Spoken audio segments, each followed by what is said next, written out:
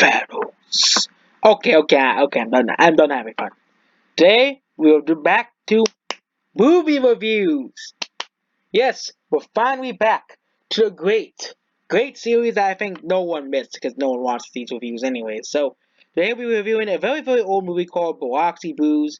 It is made by it had the same guy from Viewer's Day Off in the movie, and it is a adaptation of the semi-autobiographical Neo Salmon play, young Eugene Moore's Joel Matthew Broderick, enlisted in the U.S. Army at the end of World War II. He is shipped to his Brooklyn to an basic training in Biloxi, Mississippi, at a boot camp. He is antagonized by his instructor, Toomey, and is introduced to his adulthood, whose experiences with a diverse group of young recruits and a Biloxi beauty and a local. I'm not gonna say that name, but say that word. So this movie is a pretty funny movie. It is pretty funny. It had 6.6 on IMDb. It's not really well remembered as a classic movie. I don't really think people really remember this as much as his other movie called Viewer's Day Off. But I don't know.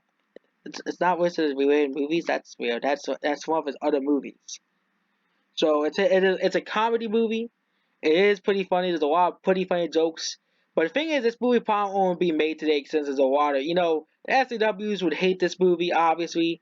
It's kind of like, another movie, Blazing Saddles. It won't be made today.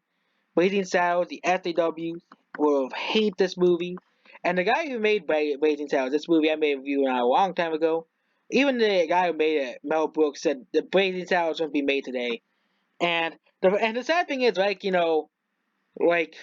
Biloxi Blues, you know, the storyline is pretty great. At the as well. I'm not gonna spoil the whole movie for you. I used to do that, and people didn't like that either. So, I'm not gonna do that. The movie is pretty funny. The storyline is pretty great. The comedy is pretty great. The characters are pretty memorable. So it's probably one of it's it's one of the it's I always see his other movie. It takes place. It's based off a. Is Boxing Blues a real story? I think it is. It's based off a real story, and it takes place in 1945 in Biloxi, Mississippi. And basically, it takes place during World War II, but they never actually go to World War II at all because World War II basically ends at the end of the movie. That's the only spoiler I'm talking about because it's a movie based off World War II, but you're expecting World War II to actually happen. You expect them to be in World War II, but nope, there was no actual World War II battles. Unlike Sergeant Stubby American Heroes about World War One, but Roxy's movie was a very great movie. And now let's get back to it. And, this is a type of movie that won't be made today. Just like Blazing Saddles and a lot of actual funny movies from the 90s and 80s and even 70s. It's just the fact that some of these movies won't be made today because the SAWs will be so angry over some of the jokes in the movie.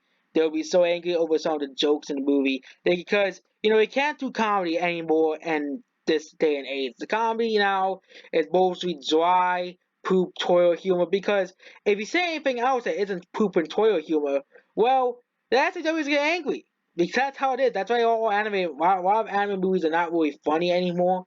You know, some of them are not even funny. But like for example, the trailer for Doolittle, it isn't even that funny. And some of the newer anime movies just get stale. Okay, for example, Pets.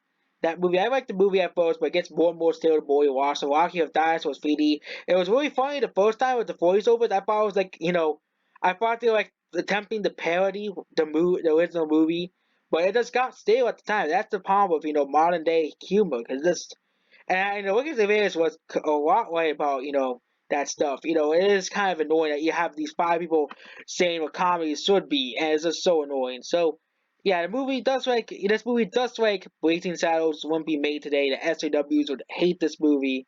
The SJWs would hate all of the jokes made towards made jokes in the movie. It's the same thing with Blazing Saddles. It's the sad thing is Blazing Saddles is a movie that is trying to tell you that hey, you shouldn't be racist towards other people. Racism is bad.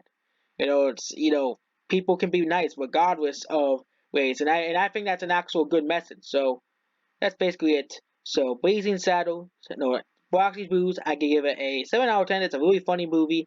But, there's a lot of, things that they could have improved on. But it's still a really funny movie. It's still a very enjoyable time as a movie. So that's basically it.